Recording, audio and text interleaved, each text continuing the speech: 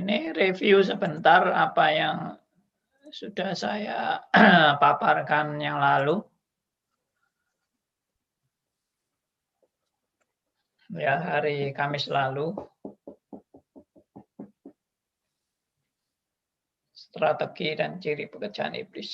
Nanti saya kasih tambahan-tambahan penting untuk hari ini.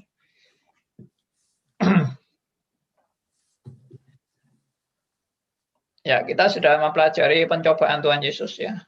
Dan ada beberapa hal yang unik dari pencobaan Tuhan Yesus ini. Tapi kita harus punya presupposisi dulu sebelum kita masuk di dalam membahas pencobaan Tuhan Yesus. Presupposisinya apa? Nah, ini presupposisinya. Pertama, Tuhan Yesus adalah Allah yang menjadi manusia. Jadi kalau saudara tidak memahami presupposisi ini, ya saudara tidak akan bisa membahas dengan tepat tentang pencobaan Tuhan Yesus. Sekali lagi, Tuhan Yesus adalah Allah yang menjadi manusia, bukan manusia yang menjadi Allah. Dan bukan manusia yang dialahkan. Dan bukan manusia yang mempunyai prestasi hebat sehingga diangkat menjadi Allah. Tidak. Tuhan Yesus adalah Allah yang menjadi manusia. Nah, ini orang-orang dari agama lain membahas ini seringkali kacau. Dipikir orang Kristen itu mengalahkan Kristus. Kristus manusia tapi didewa-dewakan atau dialah-alahkan. Itu ngawur. Dan itu mereka menuduh sembarangan tanpa memahami statement kita. Ya, enggak usah memahamilah. Dengar statement kita. Statement kita adalah Kristus bukan manusia yang dialahkan, tapi Allah yang menjadi manusia. Dan ini saya baru dapat ringkasan dari satu tokoh Islam yang membahas tentang bagaimana orang Kristen menyembah Kristus. Dan dia memaparkan banyak kesalahpahaman orang Islam terhadap orang Kristen di dalam memandang Yesus. Jadi bagi orang Islam itu kebanyakan Yesus itu hanya manusia aja. Tapi dialah-alahkan oleh orang Kristen. Jadi itu dianggap, makanya orang Kristen itu dianggap tidak benar karena menyembah atau mengilahkan manusia, dan itu mestinya terkutuk, mengilahkan manusia. Tapi iman Kristen tidak pernah mengajarkan itu ngawur itu menuduh Kristen ngawur dengan ngawur, nggak ngerti Kristen tapi sok mengerti. Ya, tapi bagus itu tokoh Islam, saya lupa namanya siapa, yang dia memaparkan, dan dia memaparkan sesuai dengan ajaran iman Kristen bahwa kita percaya Kristus adalah Allah yang menjadi manusia. Oke? Jadi dengan presupposisi bahwa Kristus adalah Allah yang menjadi manusia, dia tidak ada kemungkinan untuk jatuh dalam dosa. Tidak ada kemungkinan. Jadi doktrin yang membuat adanya kemungkinan Kristus jatuh dalam dosa itu doktrin yang menurut saya juga ngawur. Maaf, mungkin saya terlalu to the point. Tapi saya nggak ngawur, kenapa? Karena Anda tidak berpresupposisi bahwa Kristus adalah Allah yang menjadi manusia. Kalau dia adalah Allah yang menjadi manusia, buat apa dia harus punya kemungkinan jatuh dalam dosa? Karena dia Allah yang menjadi manusia. Dan misi Kristus datang ke dunia bukan untuk dimungkinkan jatuh dalam dosa. Konyol banget. Sekali lagi saya ulangi, misi Kristus datang ke dunia bukan untuk dimungkinkan jatuh dalam dosa. Buat apa dimungkinkan jatuh dalam dosa? Sesuatu yang mubasir dan tidak mungkin. Karena apa? Kalau Kristus sampai berbuat dosa, hancur lebur semua rencana Allah. Dan tidak ada gunanya. Oke? Saya sangat menegaskan ini karena sebetulnya banyak orang, bahkan Bahkan hamba-hamba Tuhan yang berkeyakinan Kristus bisa jatuh dalam dosa. Itu keyakinan yang tidak ada gunanya sama sekali ya. Oke. Nanti pasti muncul pertanyaan, lah kalau Kristus tidak mungkin jatuh dalam dosa, buat apa dicobai? Nah, itu kita sudah bahas. Nanti saya tegaskan lagi. Tidak ada gunanya dimungkinkan jatuh. Ya, tidak ada gunanya. Alias mubasir. Buat apa rencana Allah untuk memungkinkan Kristus jatuh? Konyol banget deh. Karena Kristus itu justru harus dibuktikan tidak mungkin jatuh. Tidak ada kelemahan sama sekali dalam diri Kristus untuk memungkinkan Kristus jatuh dalam dosa. Tidak ada. Ya, kelemahannya sama sekali tidak ada. Kristus itu dari lahir sampai dewasa, tidak ada satu pun kelemahan dalam diri Kristus. Sampai Kristus pernah nantang. Siapa di antara kamu yang bisa membuktikan bahwa aku berdosa?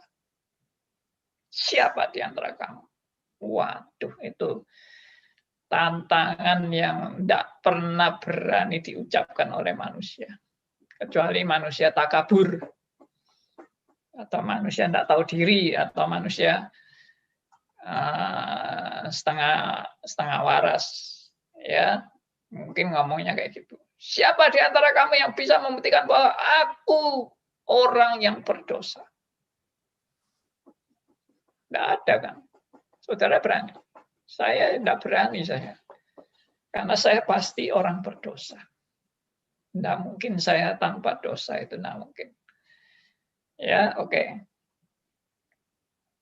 Jadi, Kristus itu lain dengan saudara dan saya. Kristus itu sama sekali tidak ada kelemahan. Ya, sama sekali tidak ada cacat. Tidak ada cacat sedikit pun. Kalau kelemahan-kelemahan fisik itu bukan cacat. Itu memang keterbatasan secara jasmani. Tapi itu bukan cacat.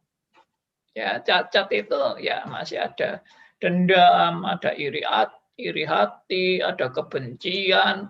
Nah, itu cacat. Tapi Kristus tidak ada itu cacat yang berkenaan dengan dosa. Sama sekali nol.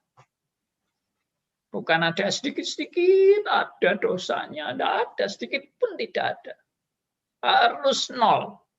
Karena apa? Karena itu syarat penebusan. Syarat seorang penebus itu kosong sama sekali akan dosa. Nol dosanya. Oke? Justru ya ini yang saya sudah tegaskan minggu lalu ya. Justru yang memikirkan bahwa Kristus waktu datang sebagai manusia dimungkinkan jatuh dalam dosa, yang mikir itu adalah iblis. Yang mikir bahwa Kristus dimungkinkan jatuh dalam dosa. Karena bagi iblis, Kristus waktu jadi manusia masih bisa digoda dan masih mungkin jatuh dalam dosa. Karena itu iblis bernafsu sekali untuk mau menjatuhkan Kristus dengan pencobaan yang hebat dan spektakuler. Oke.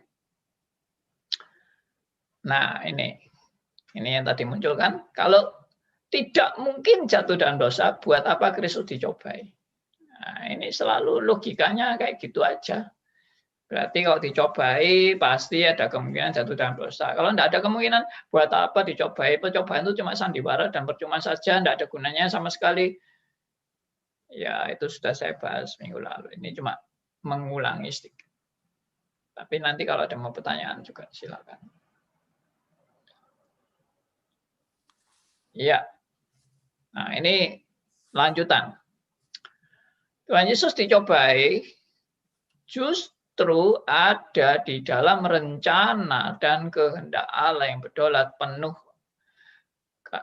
Kehendak Allah yang berdaulat penuh atas segala sesuatu. Ya.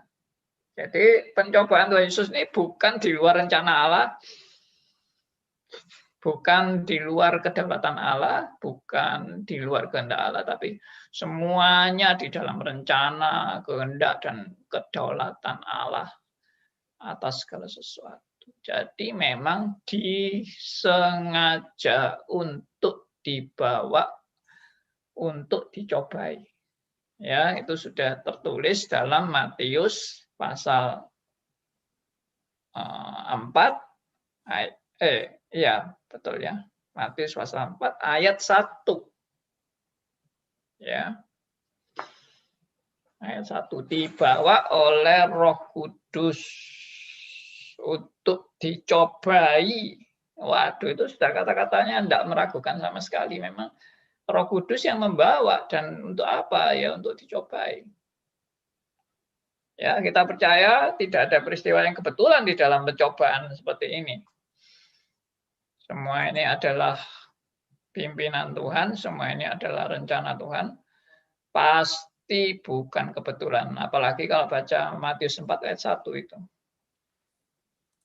Boleh dibaca ulang, Yusak, Matius 4 ayat 1. Ya. Matius 4 ayat yang pertama, maka Yesus dibawa oleh Roh ke padang gurun untuk dicobai iblis. Yes. Bawa Roh ke padang gurun untuk dicobai iblis. Ya, jadi sengaja ini. Pasti sengaja. Berarti yang bikin acara ini adalah Allah sendiri. Yang bikin acara. Kalau saya pakai istilah yang lalu, yang bikin gara-gara ya Allah sendiri.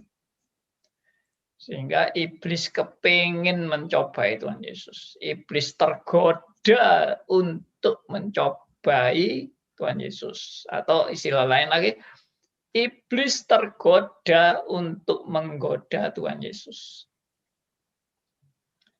Ya, saya pernah membuat satu tema, si penggoda sedang digoda. Ya, saya ulangi ini bagus kan temanya? Si penggoda sedang digoda. Jadi Tuhan Yesus dibawa oleh Roh Kudus untuk dicobai oleh iblis. Berarti yang menawarkan Tuhan Yesus untuk dicobai oleh iblis kan Roh Kudus sendiri. Ya, Allah sendiri yang membawa Tuhan Yesus ke padang gurun untuk dicobai. Berarti iblisnya kan yang digoda, ditawari. Ini loh iblis, ada anakku yang tunggal. Dia sekarang menjadi manusia. Silakan kamu cobai. Ya, silakan kamu garap. Ya. Nah, iblisnya akhirnya mau. Berarti kan iblisnya tergoda. Ya, si penggoda sedang tergoda. Dan dia mau melakukan kepada Tuhan Yesus untuk menggoda Tuhan Yesus. Ya, atau ya kata lainnya jangan godalah, mencobai Tuhan Yesus. Oke, jadi sudah jelas kan bahwa ini bukan kebetulan, ini bukan di luar rencana Allah, ini bukan sesuatu yang tiba-tiba terjadi, tidak. Sudah ada di dalam rencananya. Dan kalau ada dalam rencananya, dan kita kan sudah percaya waktu membahas presupposisi ini, bahwa tidak ada satupun peristiwa yang kebetulan. Tidak ada. Semua ada di dalam rencananya yang sangat jelas. Ini bukan pendapat hyper Calvinism, ini bukan ekstremis, ini bukan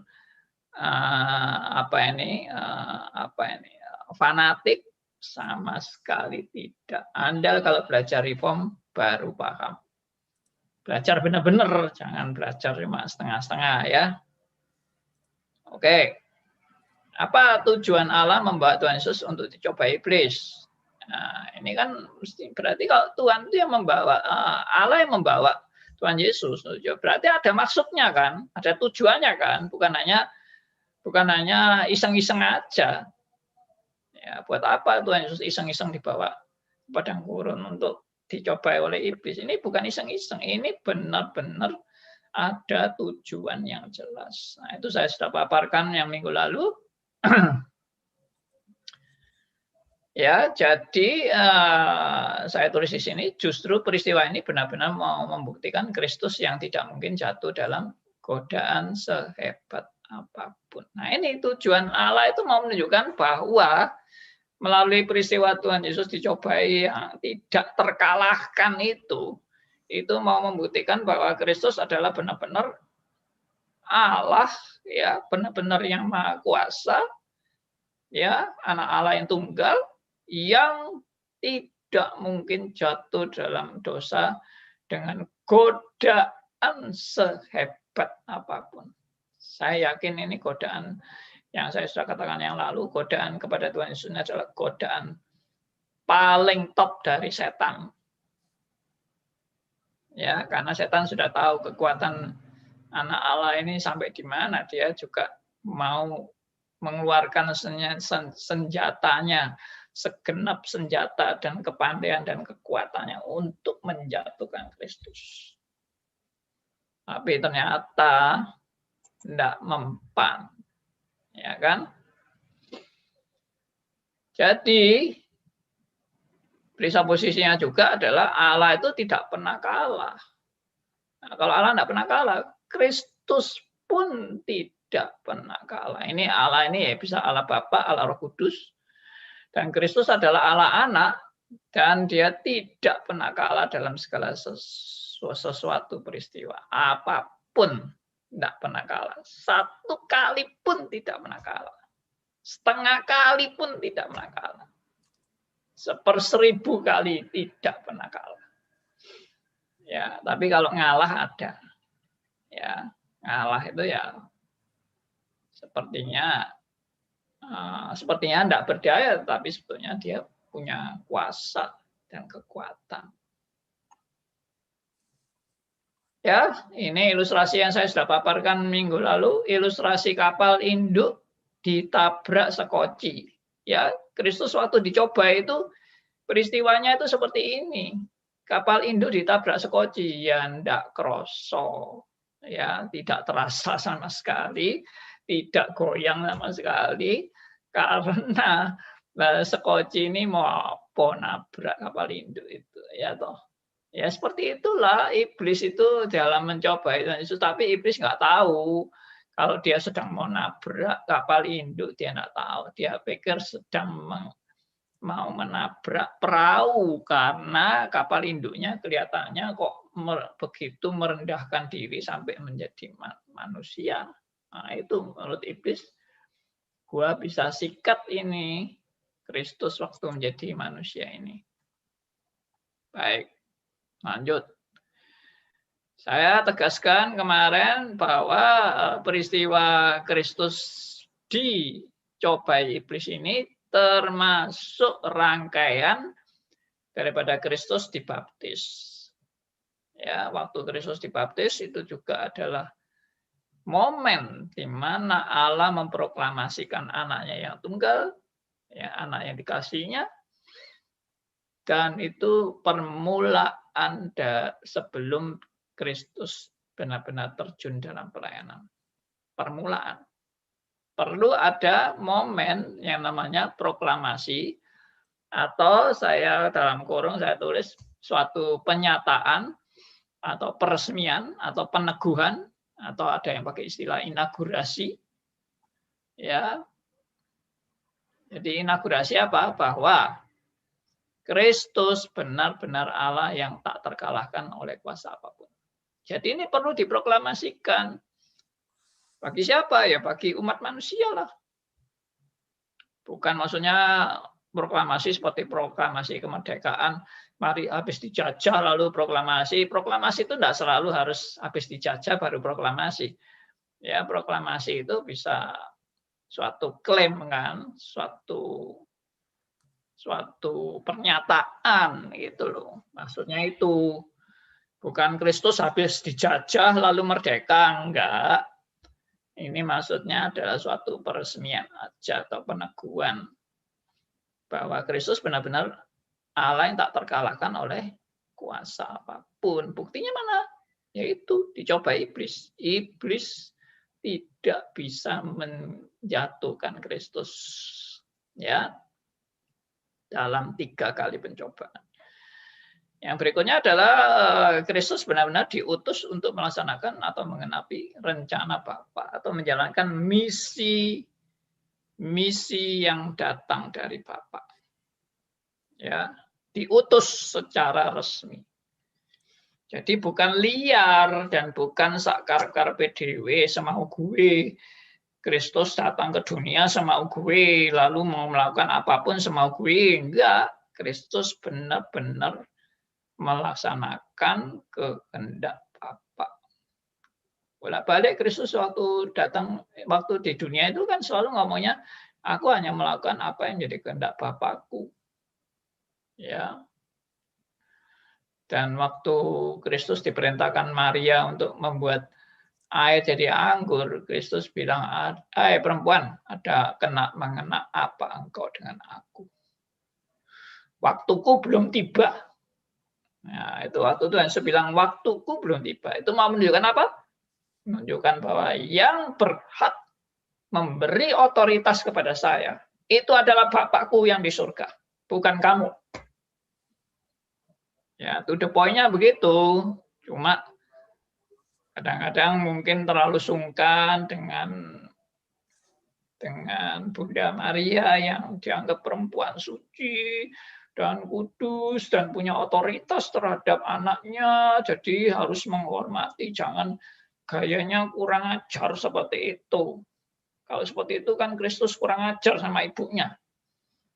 Ya, sehingga diperhalus kata-kata dalam Alkitab itu pun diperhalus. Hai perempuan, nah gitu. Bukan hai perempuan, hai ibu. Nah, itu terjemahan lebih halusnya itu, hai ibu. Ya. Dan kalimatnya tidak seperti yang tadi saya ucapkan, tapi bahasa aslinya tuh, hai perempuan, apa mengena engkau dengan aku? Waduh. Kata-kata itu benar-benar bikin shock ya. Kalau Maria sebagai ibunya diomongin gitu sama anaknya, benar-benar shock. Tapi supaya Maria tahu, otoritas Kristus bukan ada pada Maria, tapi pada Allah Bapa. Nah, itulah Kristus memang tujuannya itu datang ke dunia untuk melakukan kehendak Bapa, bukan untuk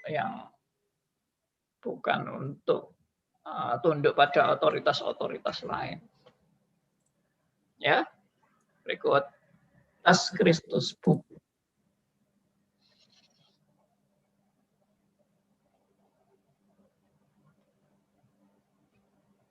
Ya, ini lanjut tadi ya. Tuhan Yesus dicobai justru ada di dalam rencana dan kehendak Allah yang berdaulat penuh atas segala sesuatu.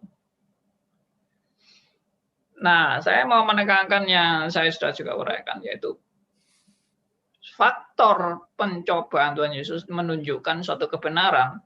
Ada pimpinan Roh Kudus ke arah negatif. Ini saya pernah dengar khotbahnya Pendeta Stephen Tong.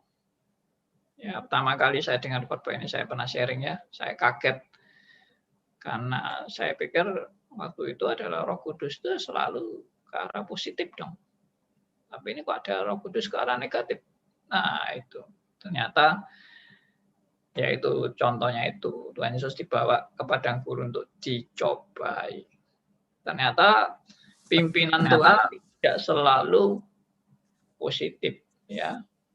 Pimpinan Tuhan itu tidak selalu positif. Pimpinan Tuhan itu bisa ke arah negatif. Negatifnya kasih tanda petik.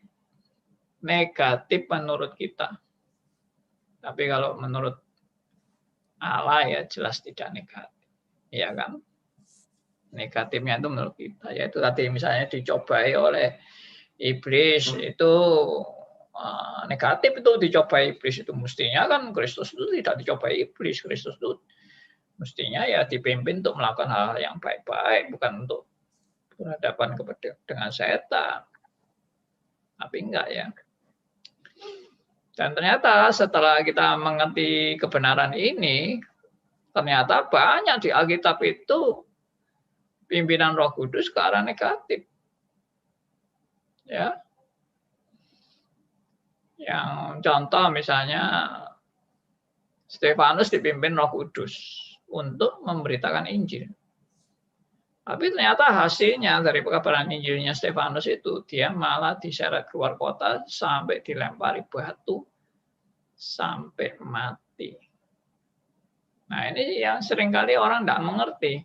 Kenapa kok katanya Roh Kudus memimpin tapi kok malah tambah mati? Nah itu seringkali konsep kita kan gitu. Kalau namanya pimpinan Roh Kudus pasti akan bagus.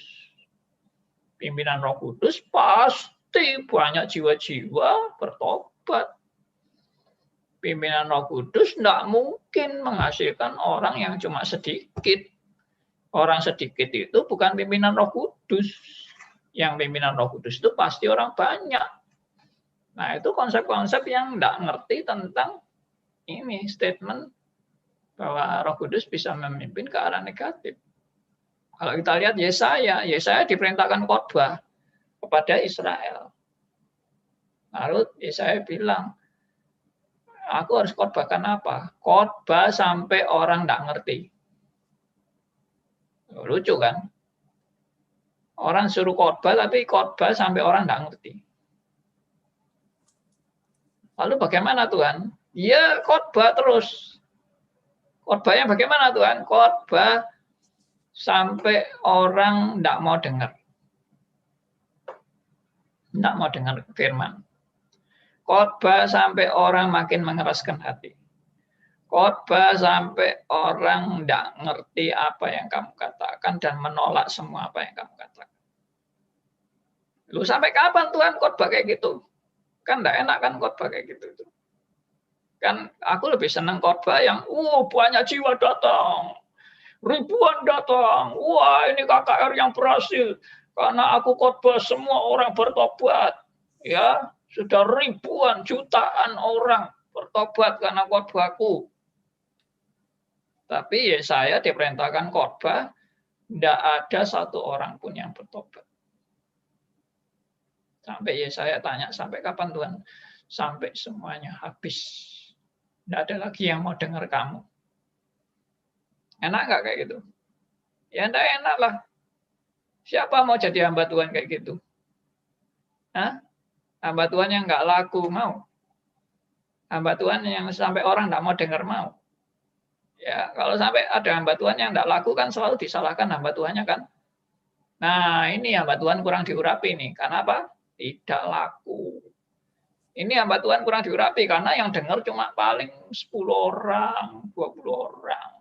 Walah, tidak ada pimpinan Roh Kudus itu. Ya. Nah, Stefanus juga mengalami itu. Dia berkhotbah yang semua pendengarnya tidak mau dengar. Bahkan ditolak, bahkan ditarik keluar kota, bahkan dilempari batu, bahkan mati. Ini pimpinan Roh Kudus. Kalau orang bilang enggak, itu bukan pimpinan Roh Kudus, itu gilanya orang yang mau mendengar. Ya, tapi kalau Roh Kudus memimpin kan Roh Kudus juga sudah tahu kalau Stefanus bakal dilempari batu. Kan Roh Kudus juga sudah tahu. Roh Kudus katanya Maha tahu. Dan dia memimpin Stefanus untuk berkhotbah. Dan khotbahnya ternyata tidak didengar dan ditolak. Itu pimpinan Roh Kudus kan ke arah negatif. Ya, coba renungkan ini kebenaran-kebenaran ini yang kita sering kali ngertinya umumnya kan kalau Roh Kudus itu pokoknya Roh Kudus itu pasti berhasil. Ya, Roh Kudus itu membawa jiwa-jiwa orang banyak sekali datang kepada Tuhan. Ya, khotbahku diurapi, penuh kuasa dan sebagainya dan sebagainya. Oke, berikut. Nah, ini yang juga kontroversial. Ini saya renungkan sendiri ini ya, pimpinan setan ke arah yang positif. Nah, kalau Roh Kudus bisa ke arah negatif, setan pun bisa memimpin ke arah positif. Tapi kasih tanda petik lagi positifnya. Ya, karena setelah saya renungkan di Alkitab banyak pimpinan Roh Kudus ke arah positif. pimpinan setan ke arah positif. Wah, Pak Andi ini ada-ada aja. Loh, ini bukan ada-ada, ini memang benar-benar Alkitab ini. Ya, setan bisa memimpin ke arah positif. Saudara jangan pikir setan itu selalu negatif. Setan itu memimpin kita untuk berzinah. Setan itu memimpin kita untuk berjudi. Setan itu memimpin kita untuk membunuh, merampok, ya, iri hati, dendam. Itu setan semua. Sedangkan yang positif seperti memuji Tuhan, ini pasti Roh Kudus, ya. Dia di gereja pasti Roh Kudus, ya. Hidup suci, pasti Roh Kudus. Nggak mungkin setan memimpin kita hidup suci, itu nggak mungkin. Setan itu selalu memimpin kita untuk berzina, untuk kotor-kotor lah, itu setan. Yang bersih-bersih itu pasti Roh Kudus. Nah, ini kalau saudara sudah ikut STRIS, ya, kuliah saya, manusia dan dosa, ya, kuliah soteriologi, saudara pasti sudah memahami ada pimpinan setan ke arah positif. Hati-hati, setan tuh lihainya bukan main. Saudara jangan pikir pokoknya saudara sudah melakukan yang positif, pasti itu kehendak Tuhan. Belum tentu. Banyak orang melakukan hal yang kelihatannya positif, tapi itu ternyata jebakan setan, jebakan iblis. Ya. Nah, ini seringkali pikiran kita terpatri bahwa Roh Kudus selalu memimpin ke arah, ini salah yang tulisannya. Seringkali pikiran kita terpaten bahwa Roh Kudus selalu memimpin kita ke arah positif, mestinya kan gitu ya. Sorry, saya ganti aja langsung. Bentar.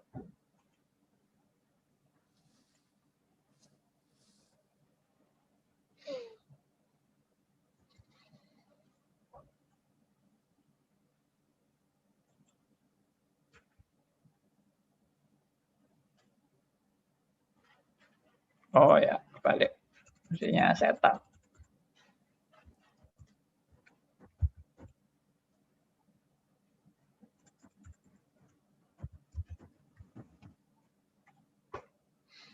Sorry, jadi salah ketik ya. Maaf, ini menunjukkan bahwa saya hanya manusia saja yang bisa salah. Saya bukan makhluk sempurna.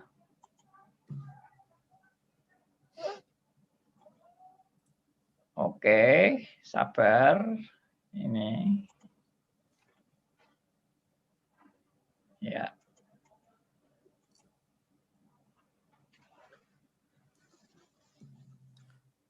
Nah, ini ya.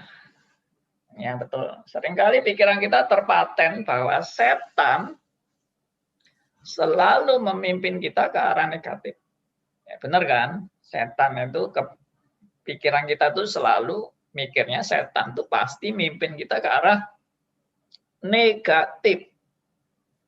Tetapi justru godaan iblis yang paling canggih, nah ini saya tulis di sini, godaan iblis yang paling canggih adalah pimpinan ke arah yang positif. Luar biasa ya. Kita itu seringkali sudah dibodohi oleh iblis untuk iblis itu hanya negatif-negatif aja. Kalau positif nggak mungkin iblis. Siapa bilang? Justru Alkitab memaparkan godaan iblis yang paling canggih dan paling hebat. Strategi paling hebat adalah memimpin ke arah yang positif. Loh, kok bisa gitu, Pak? Ya bisalah. Nah, kita lihat sekarang. Bagaimana positif itu? Contoh godaan Tuhan Yesus kepada godaan iblis kepada Tuhan Yesus. Tuhan Yesus disuruh apa? Disuruh melakukan mujizat. Loh, ini melakukan mujizat itu kan positif toh. Kecuali saudara sudah belajar reform cukup lama ya, baru mengerti mujizat itu pun bisa negatif. Tapi umumnya yang namanya mujizat itu kan positif. Dan Tuhan Yesus dipersilakan melakukan mujizat. Apa salahnya ya melakukan mujizat? Apa salahnya? Kalau ngerampok itu pasti salah. Kalau melakukan mujizat itu enggak salah kan? Itu. Dan Tuhan Yesus disuruh melakukan mujizat. Positif kan? Positif. Tuh. Berikutnya. Nah, ini kok langsung 2 ini. Sebentar.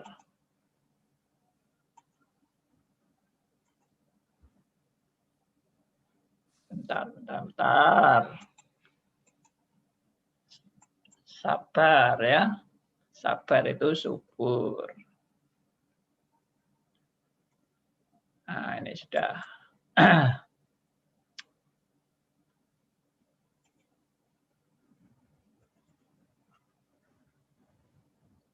Oke. Saya ini kalau tidak jalan dengan baik itu enggak enak rasanya. Ya, ini. Nah, ini tadi ini. Ya, Tuhan Yesus dipersilakan melakukan mujizat. Positif kan? Mujizatnya apa? Batu jadi roti. Nah, itu yang saya sudah bahas minggu lalu kan? Minggu lalu. Bahwa Tuhan Yesus itu diperintahkan untuk menjadikan batu jadi roti. Itu bukan perbuatan amoral.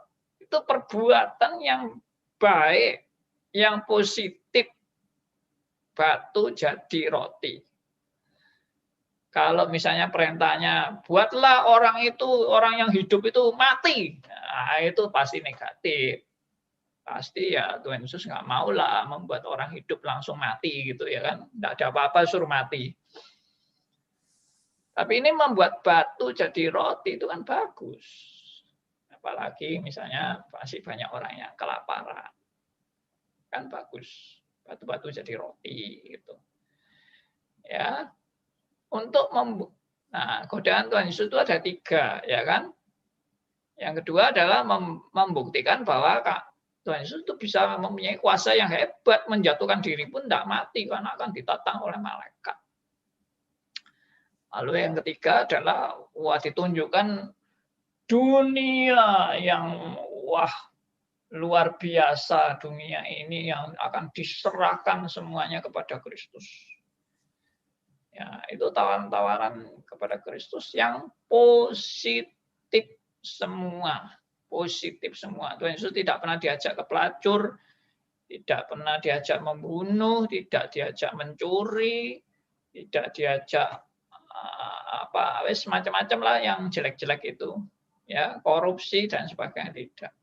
Ini semua positif memang menunjukkan haknya Tuhan Yesus. Sekali lagi. Jadi apa yang digoda oleh si iblis kepada Tuhan Yesus adalah itu sebetulnya haknya Tuhan Yesus. Bukan yang tidak berhak.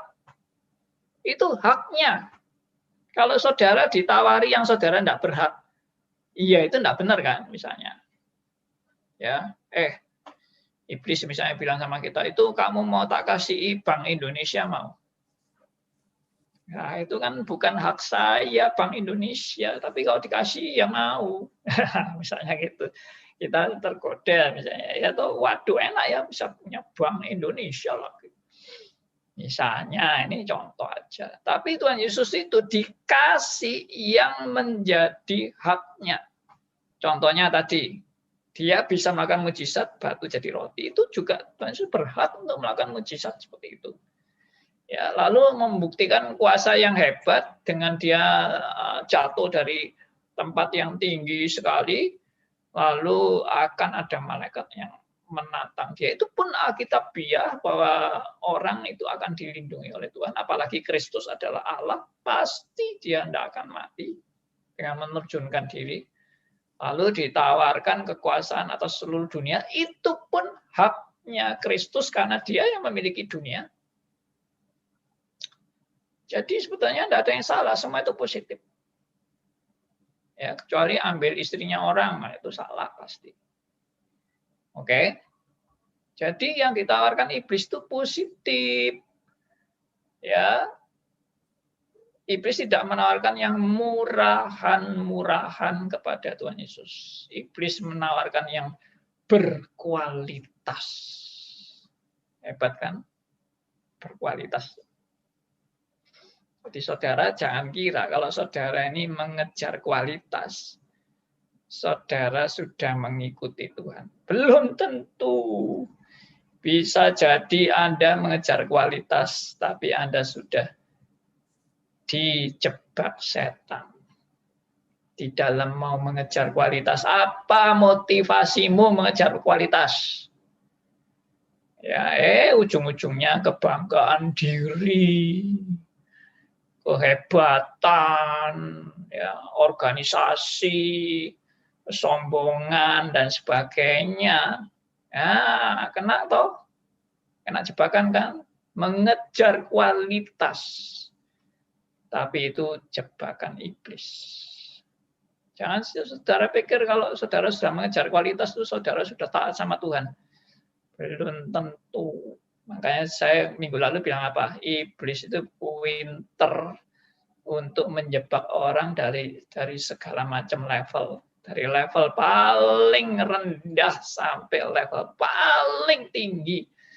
Iblis bisa menjebak. Ya, dengan kepandaiannya yang luar biasa. Oke, lanjut.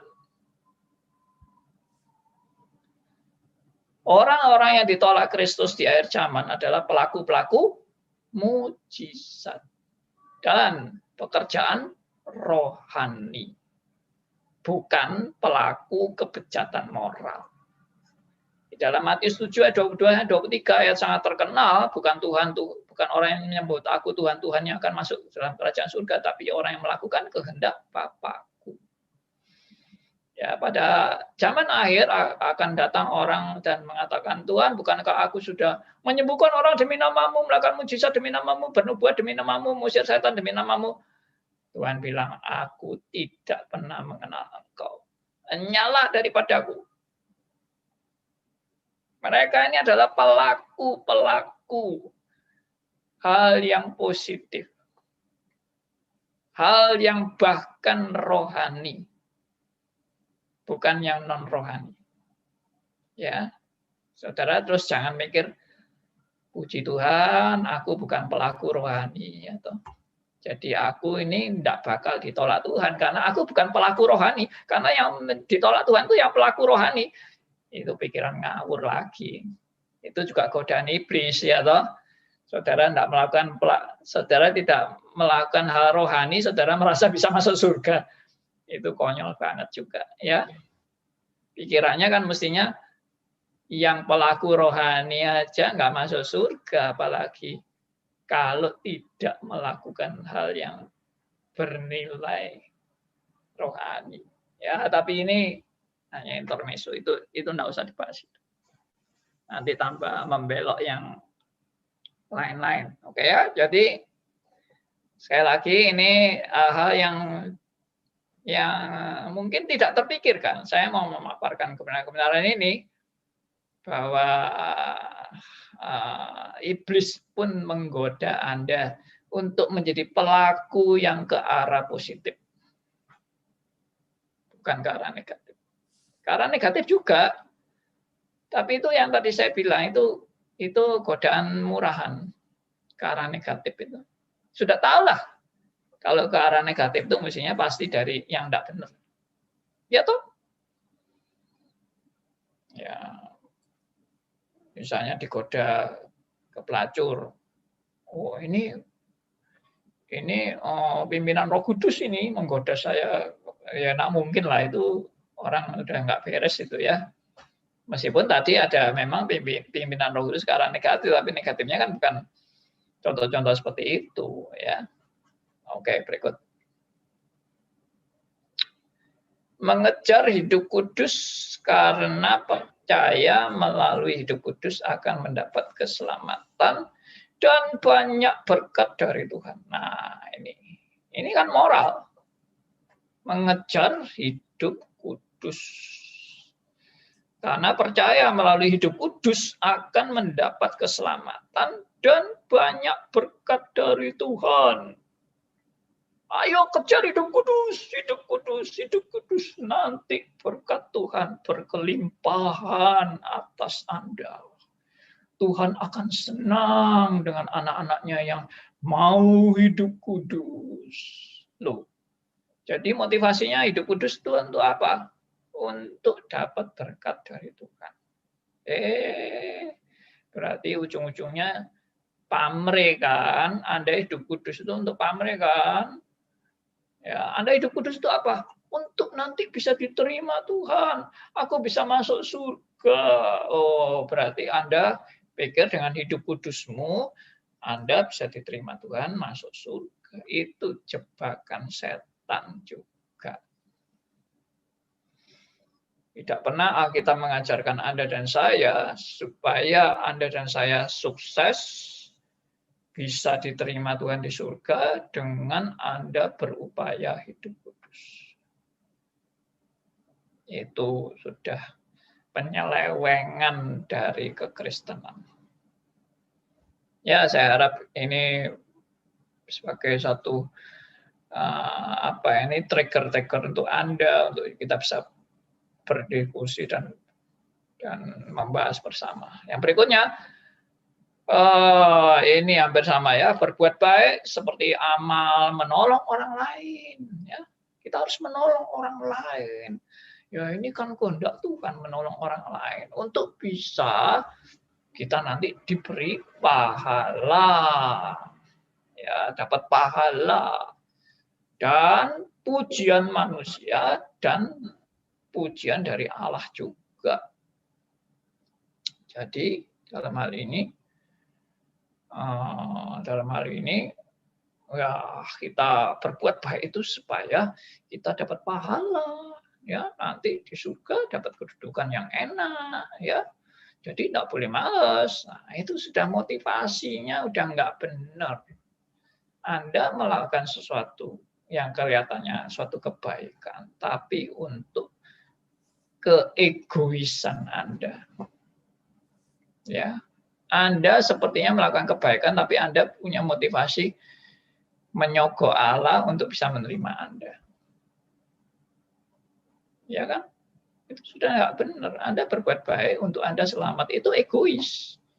Berbuat baik demi Anda selamat, itu adalah egosentris, antroposentris. Semua berpusat kepada kepentingan manusia.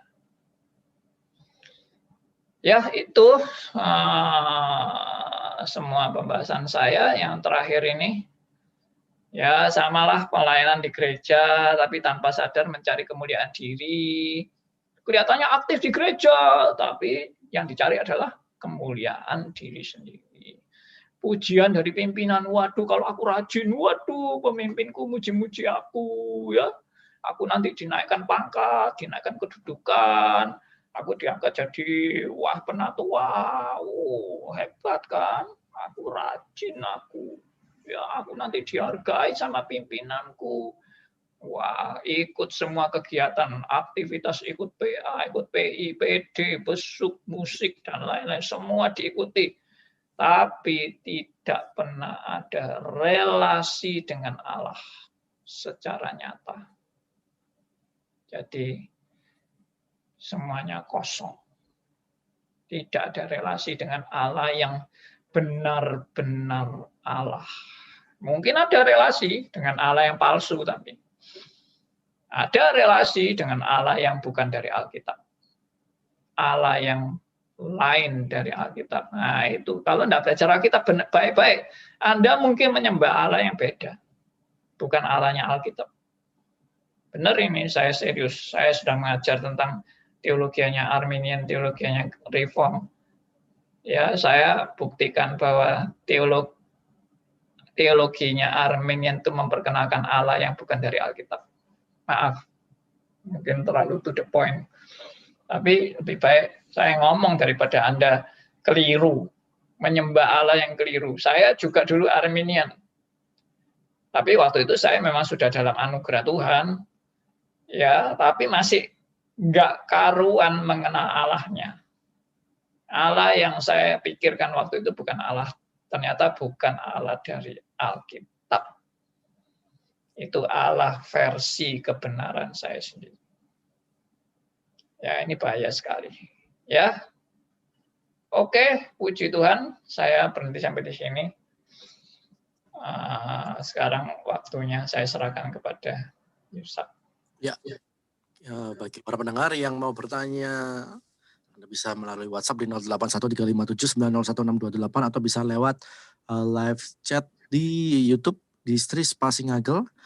Mau menyapa terlebih dahulu untuk Robi Tandia yang sudah bergabung di YouTube. Terima kasih sudah bergabung, dan juga 33 viewers yang sudah bergabung di YouTube, dan sudah ada juga yang bergabung melalui WhatsApp maupun melalui Zoom ya. Ada satu pertanyaan dari Pak Jacob dari Zoom. Selamat malam Pak Andi. Jika dikatakan pimpinan Roh Kudus ke arah negatif, bukankah ini menurut antroposentris? Bukankah secara teosentris selalu positif? Apakah ini menunjukkan dualisme pandangan teosentris versus antroposentris? Terima kasih. Yes, oke. Pak Yakob ya? Ya, Jacob. Jacob. Halo Pak Jacob. Ya, harus dimengerti secara komprehensif dan integrated.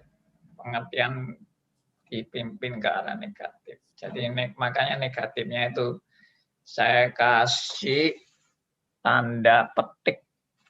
Ya, sebentar saya mau share lagi nih.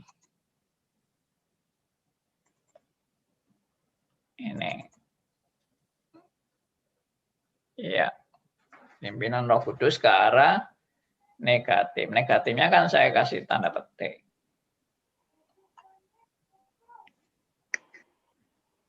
Ya, maksudnya apa? Maksudnya itu negatif menurut kita.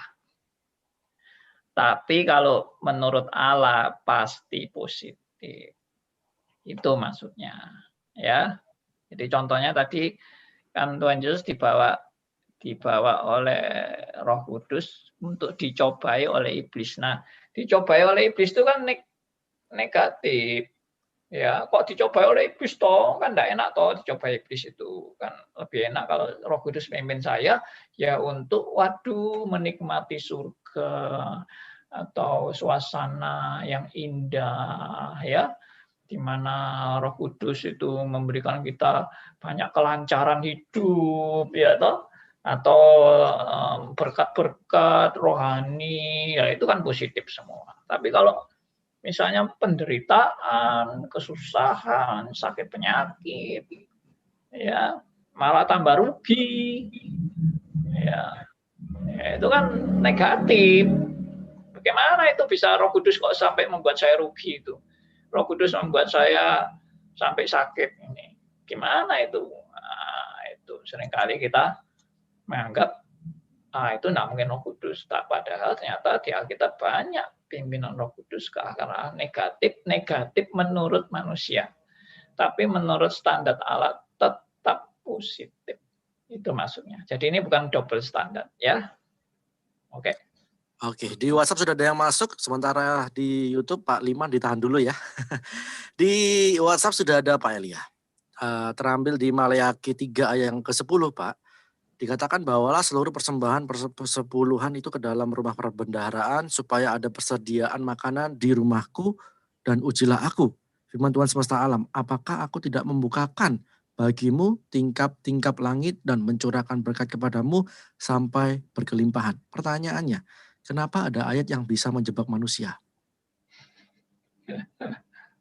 Menjebak manusia. Kelihatannya memang itu.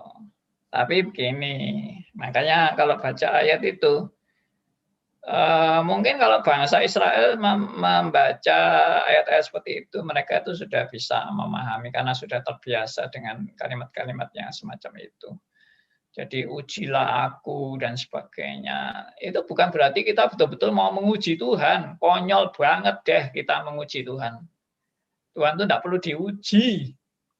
Yang perlu diuji itu adalah saudara dan saya. Nah, oke, pasti kan? Kalau Anda mau menguji Tuhan itu konyol, seolah-olah Tuhan kalau tidak saya uji, Tuhan tidak naik kelas, itu konyol banget. Ya. Terus Tuhan kalau tidak saya uji, Tuhan tidak terbukti bahwa Dia itu betul-betul Allah. Harus diuji bahwa Tuhan itu betul-betul Allah. Ngawur banget.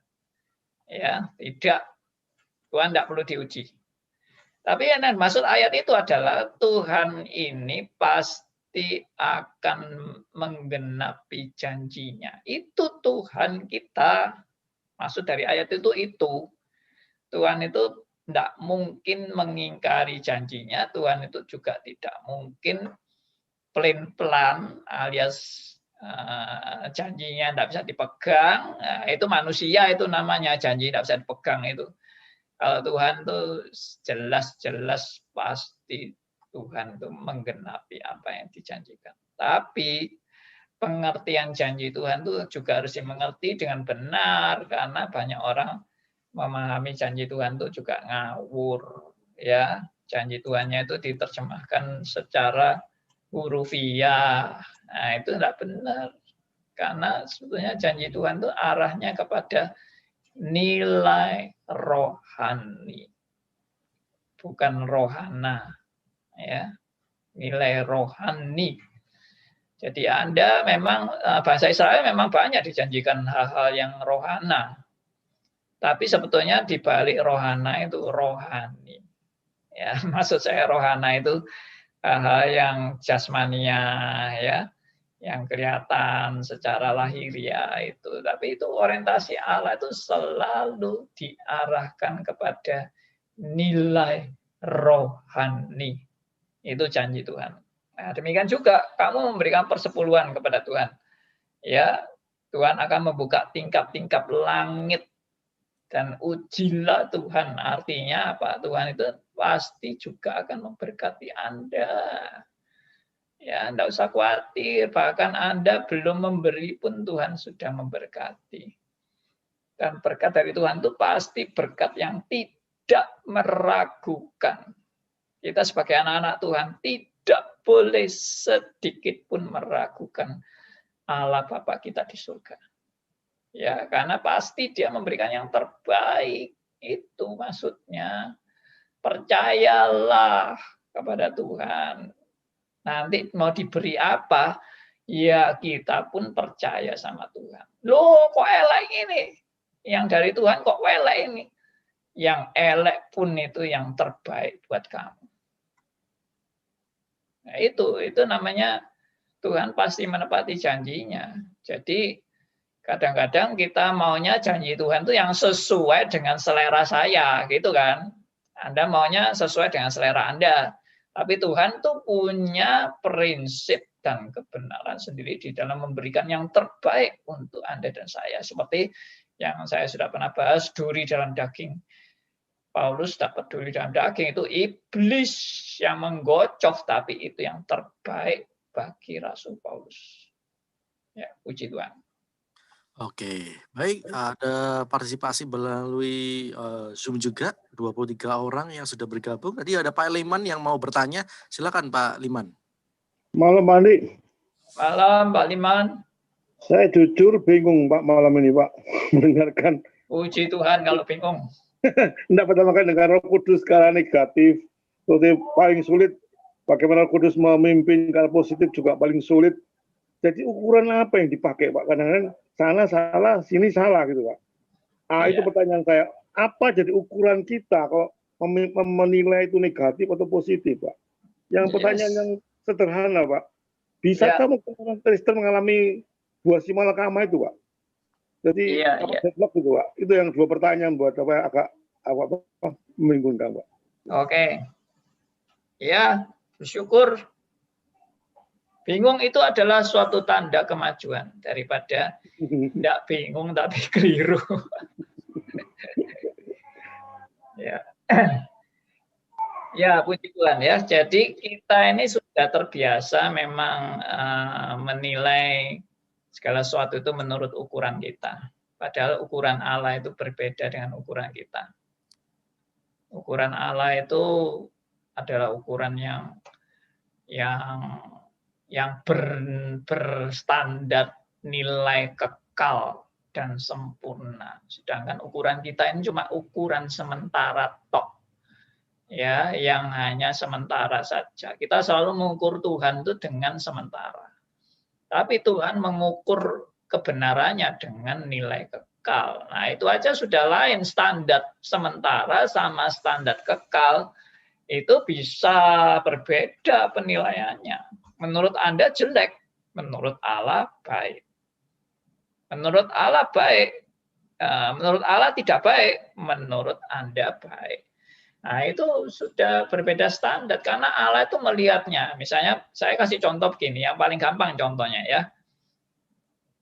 Kalau anak kita sakit, kita kan harus kasih obat sama anak kita. Nah, obatnya itu nggak enak. Ya, misalnya apa itu obat sirup, sirupnya itu nggak manis tapi pahit misalnya ya toh. Ya, ini obat zaman dulu.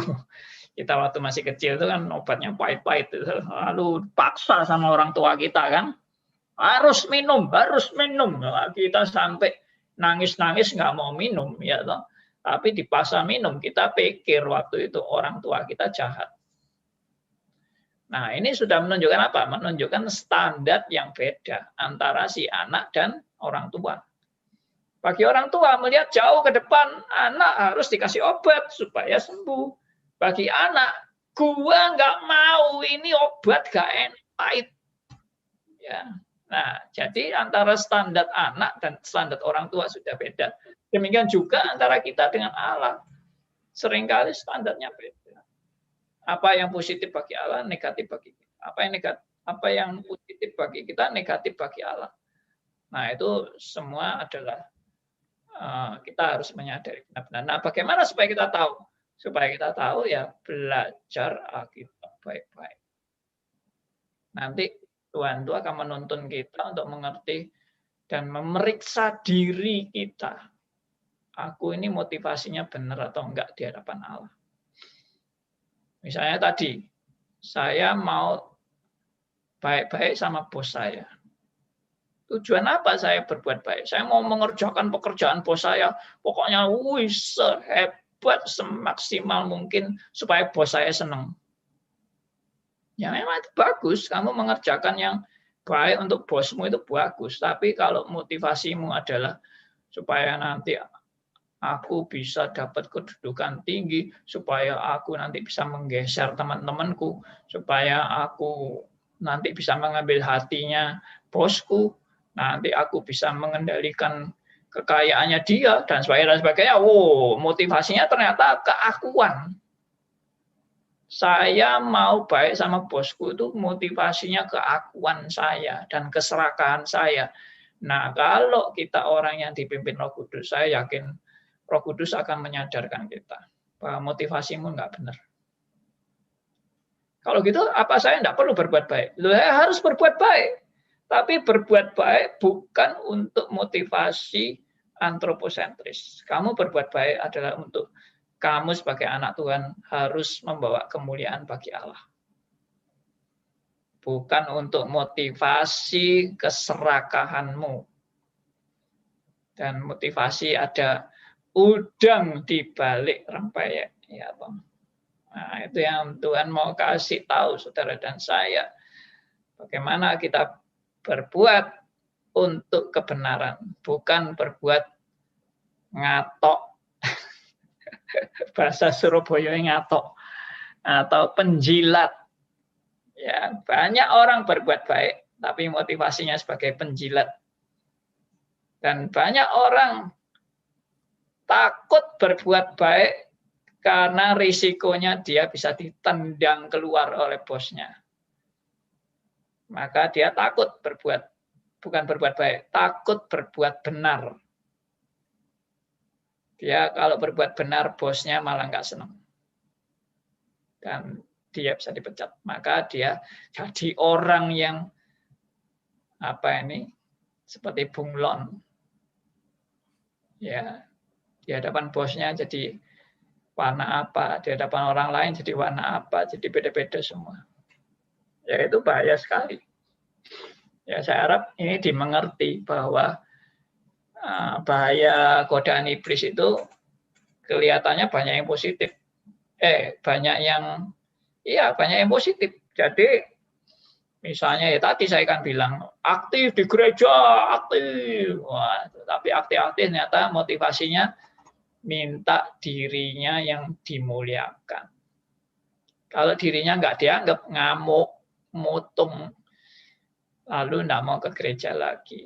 Nah, itu berarti dia sudah tambah kentara. Kalau dia melayani giat di gereja tujuannya hanya untuk dirinya dihargai. Itu kalau yang masih bodoh. Tapi kalau sudah kelas tinggi, tingkat pinter, waduh, kelihatannya betul-betul memuliakan Allah. Tapi di balik diri kelihatan memuliakan Allah, dipuji-puji manusia karena dia sangat memuliakan Allah.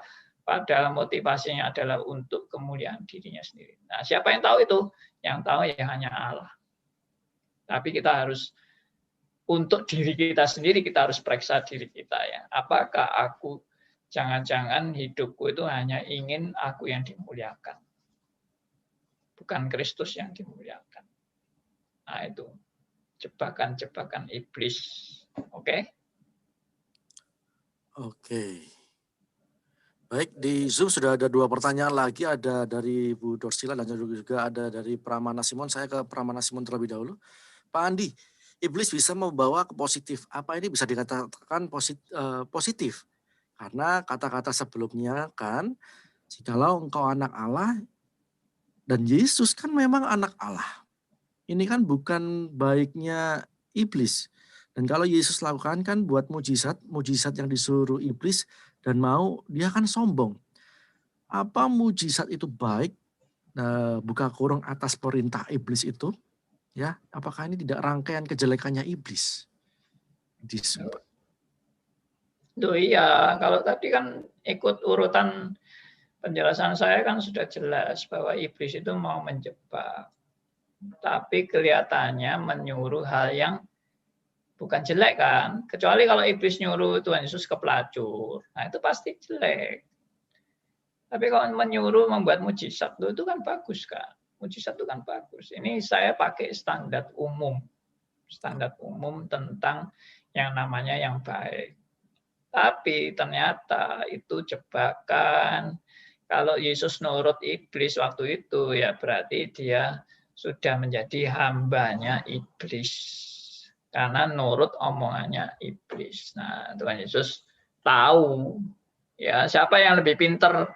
Tuhan Yesus apa iblis? Ya pasti Tuhan Yesus lebih pintar dari iblis. Makanya saya tadi bilang dari awal sudah tidak mungkin Tuhan Yesus kalah sama iblis. Tidak mungkin. Karena dia adalah Allah yang menjadi manusia. Dia adalah yang sempurna. Oke. Oke. Dari Bu Dorsila silakan di-unmute, Bu. Langsung bertanya dengan Pak Andi, silakan, Bu. Ya, Bu Dor. Belum Iya, mic-nya Pak. belum. Terima kasih. Oh ya, oke. Ya. Sudah. Pertanyaannya gini, Pak.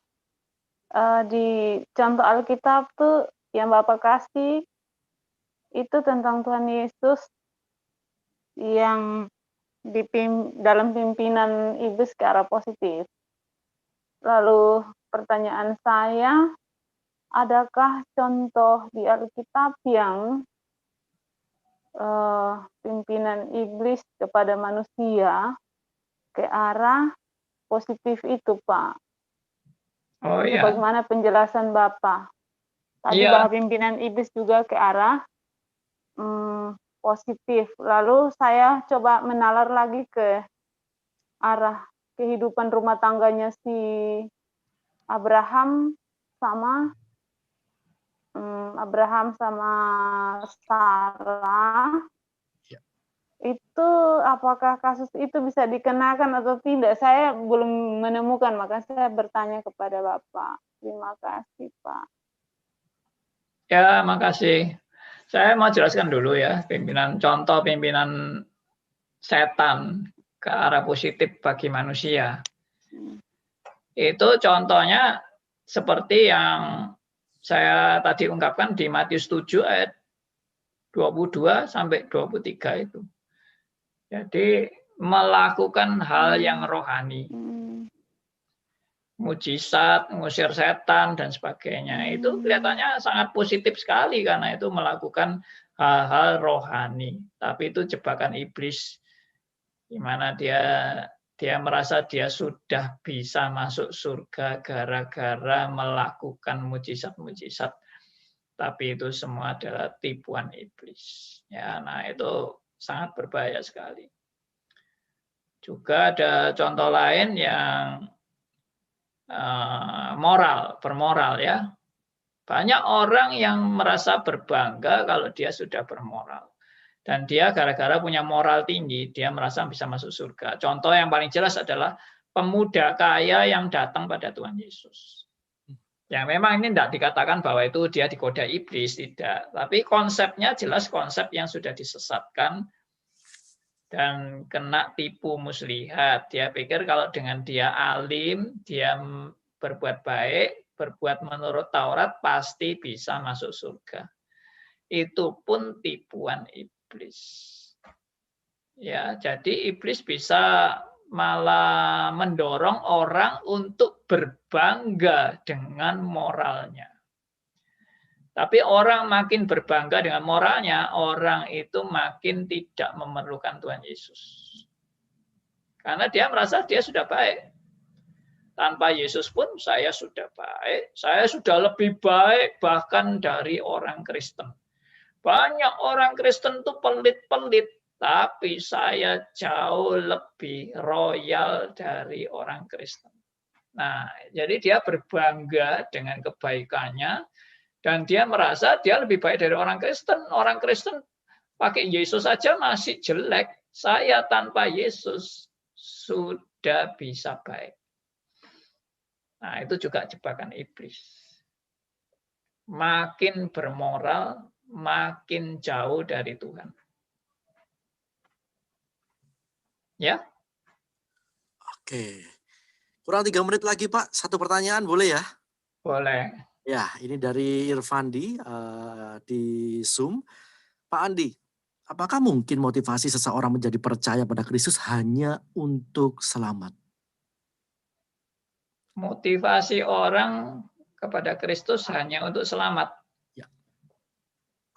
Apakah mungkin? Loh ya banyak. Banyak orang ingin ikut Tuhan Yesus untuk mendapatkan keselamatan. Tapi itu juga motivasi egois. Saya mau terima Yesus karena saya tidak mau masuk neraka.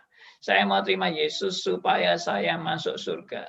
Saya terima Yesus supaya saya tidak binasa dan tidak dihukum dalam kekekalan. Jadi orientasinya menerima Yesus itu hanya untuk diri sendiri.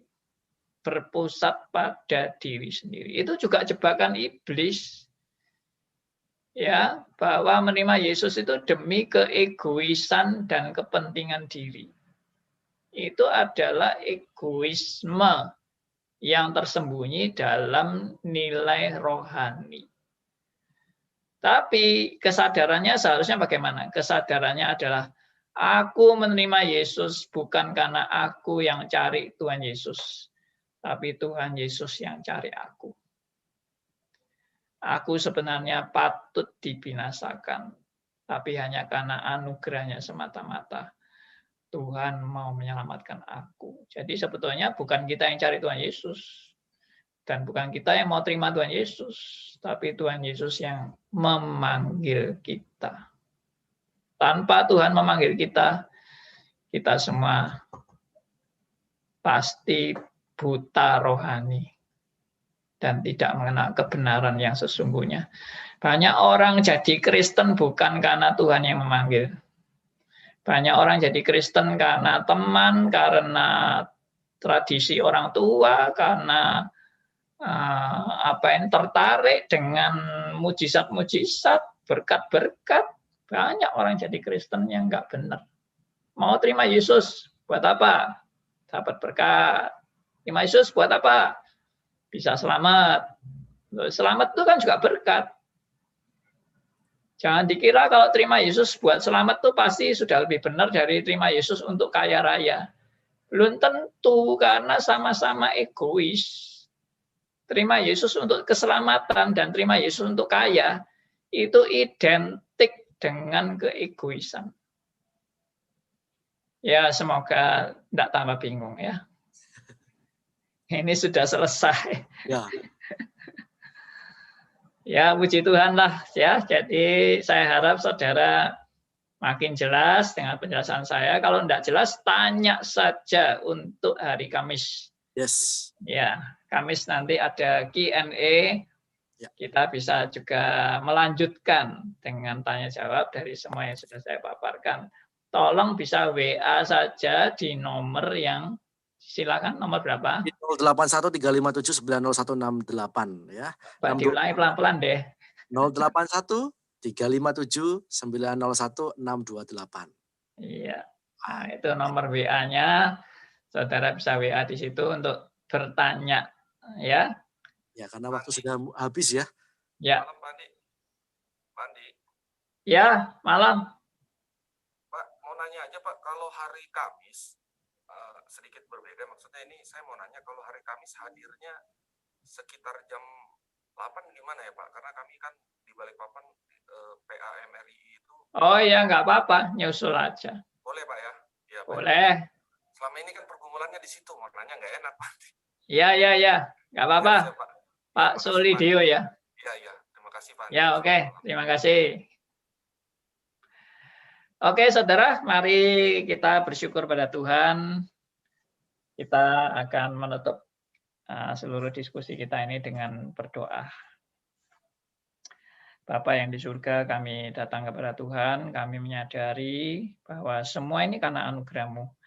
Kami boleh mengerti kebenaran juga karena anugerah-Mu, kami boleh belajar firman-Mu, punya kerinduan juga karena anugerah-Mu.